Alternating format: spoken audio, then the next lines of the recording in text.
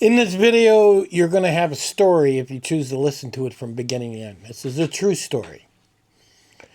This stove you're looking at is a Coleman 424 multi-fuel stove.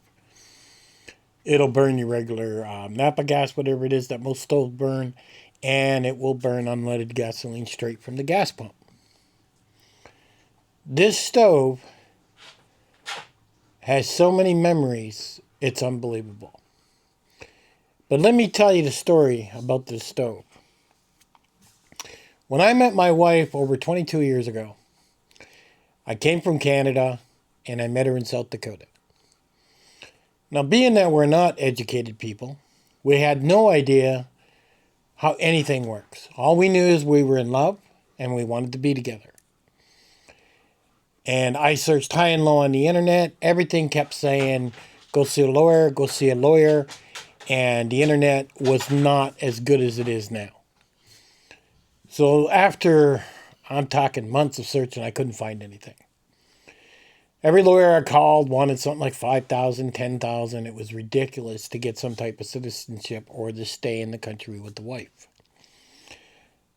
So I came up with the idea. I says, the only thing I can think of is we move to the border and maybe we'll meet somebody that has done this before. She agreed, and we could have went to Niagara Falls, New York, because I knew that area because I was originally from across the border on that side. And I didn't. Her daughter was very rambunctious. And the reason I didn't was because it was a big city. And had her daughter gotten loose in that big city, oh my God, I don't know what would happen to her. She was a bad kid. So we choose to go to the border the other way. And it was near Roseau, Minnesota. They had two factories there. They had Polaris, and then they had Marvin Windows. Two factories you could work at. But understand, I can't work at this time because I'm not an American. I didn't know what was up there. I'd never been there in my life. So anyhow, we packed everything up, whatever would fit in a van. The van was in horrible shape. It burnt oil like crazy. Literally every 50 miles I had to dump a quart of oil in that van to keep going. Even when we pulled in the truck stops, I had people saying, where are you headed? And I told them where I was headed in Minnesota. And they said, well, good luck with that. They didn't even believe we were going to get there. So, and we only left with, I think we had $900 in our pocket. That's all we had in total. No credit cards, no nothing. So I had bought a tent, this stove, a couple other things. I bought a big tent from Cabela's. The idea of buying a big tent was, and it was like $229, which would be like a $700 tent now. The whole idea of buying a big tent was to show we're not homeless. But we were. I figured if we showed we had some money, then people wouldn't bother us so much. So we get there. We were down to, it was $150 when we got there. We stayed in a city campground, which was cheaper. I think it was $5 a night. I can't remember. It had bathroom facilities and a shower, and it had pretty much anything we needed right in the town. They had this little campground that you could have 8 sites. 8 people could stay there. So after 2 days of being there and getting settled in, the wife says, I need to get a job, but I don't know how. I says, well, what do you mean? She says, well, we don't have a phone. I have nobody I know. They're not going to be able to call us. I don't think we knew what cell phones were back then. We didn't have one if they had them, but I says, well, I got an idea. While we were sitting in a parking lot picking up a few things at a grocery store, I noticed there was a Hardee's across the street. And I looked at her and says, have you ever worked fast food? She says, oh yeah, I worked a couple places like that. I says, I can probably get you a job in there. She says, how are you going to do that? So I went through the drive-thru, and she says, we don't have very much money. I says, well, this is an investment. I went through and ordered one hamburger and a fry and a Coke. And I asked, can I speak to the manager? And the manager was actually the one serving us. And I says, well, do you have a moment I can talk to you? And he said, sure. He was a really nice guy. He came out and I didn't even go in. I sat right in the van. And I told him the situation, how we were in the campground, how he needed a job and all this. I'm trying to get citizenship, but I'm not there yet. And he hired her right on the spot. Right there. So now she was working at a fast food joint making minimum wage. I don't know what it was at that time, 6. I don't have a clue. And we're staying in a campground. So I'm watching the kids. She had 3 kids. And I'm cooking the meals on this Coleman stove, and that's where that memory comes from. You can find this stove on eBay. They run for anywhere from $100 to $200. They are vintage. Everything is made out of metal. There is no plastic. Still works to this day. So after about a week in this campground, and remember, at the beginning of the story, I wanted to meet somebody else that was American and Canadian to tell us what they did. Well, lo and behold, we did. We met this couple where the man was from the U.S. and the woman was from Canada. And she was very knowledgeable. And she told us how to do the paperwork, everything we needed. We didn't have to go to a lawyer. We filled it all out, and the process started. Approximately, I think it was a year and a half later, it was finally all done. Now, we got married one day before 9/11. Kind of the wrong time to get married. It took a lot longer to get citizenship because they were checking everybody and everybody. Is what it was. I even got deported once. I think somebody ratted us out. Maybe it was the daycare. I can't remember, but they showed up and they picked me up. Didn't handcuff me or anything. I guess I didn't look like a flight risk. Put me in their vehicle, their pickup truck, and drove me in to get photographed and everything. And at that time, they were renovating their building and they had a trailer. And they couldn't get their camera working. Me being a computer programmer. So I turned around and told them, well, you guys don't have enough light. So I got 3 guys behind me with big lights trying to get it to show up on the screen.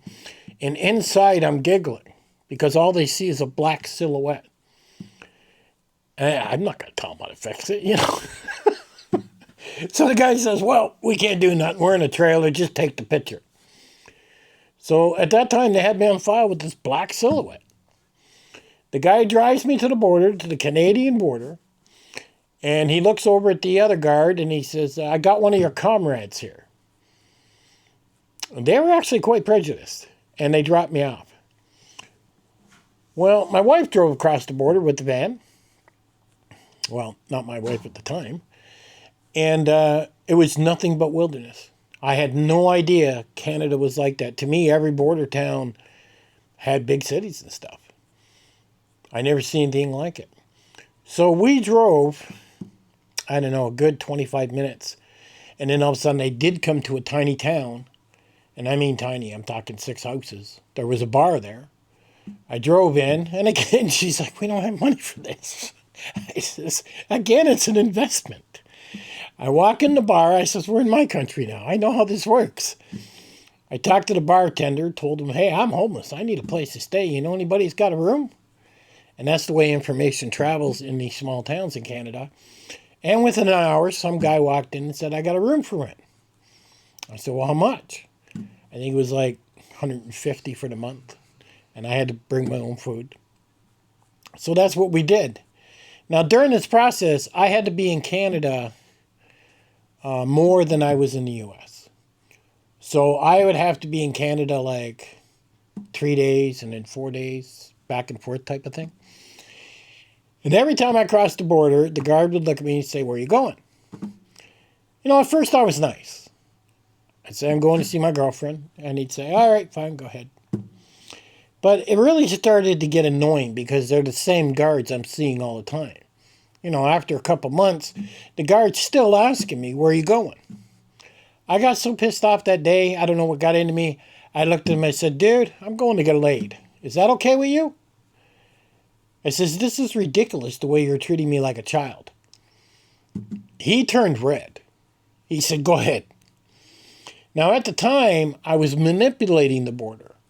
We would go to Canada and buy a fridge, and, we get a good deal because American money was worth more, and you got, basically, you're paying half. So I'd buy a used fridge, and a fridge that costs usually $200, I'm getting for, like $75. So then I have the guy write me up a receipt saying I paid $1. And then I come back across the border and he'd say, where are you going? I said, well, I'm going to drop this fridge off at my girlfriend's place. He says, well, what did you pay for it? I said, I paid $1. He says, you didn't pay. I said, I got the receipt right here. He just shook his head. He knew what I was doing, but he couldn't do anything about it. I had gone back and forth across that border so many times, fridge, stove, microwave. I replenished the whole house, is what I did. And what a crazy time that was. We never, ever knew how much money we were going to have, what was going to happen, or anything. So when we finally got married and the paperwork was started, I could now get a job. I got a temporary work permit. I'd gotten a job at a gas station. They hired me on as a manager. Didn't pay too bad. I mean, at that time, it was like $12, $14 an hour. I didn't understand a lot about the U.S., so I'd come home with my paycheck, give it to my wife, and say, does this cover everything? Are we good? What? I'm still trying to learn. She looked at me, she said, actually, we're about $10 short. I said, we're short. That did not compute in my brain at that time. Because in my mind, I thought, if you work, you're a good citizen. I don't care if it's Canada, U.S., you have enough to pay your rent, eat, drive a car, do a few little things. Wasn't possible.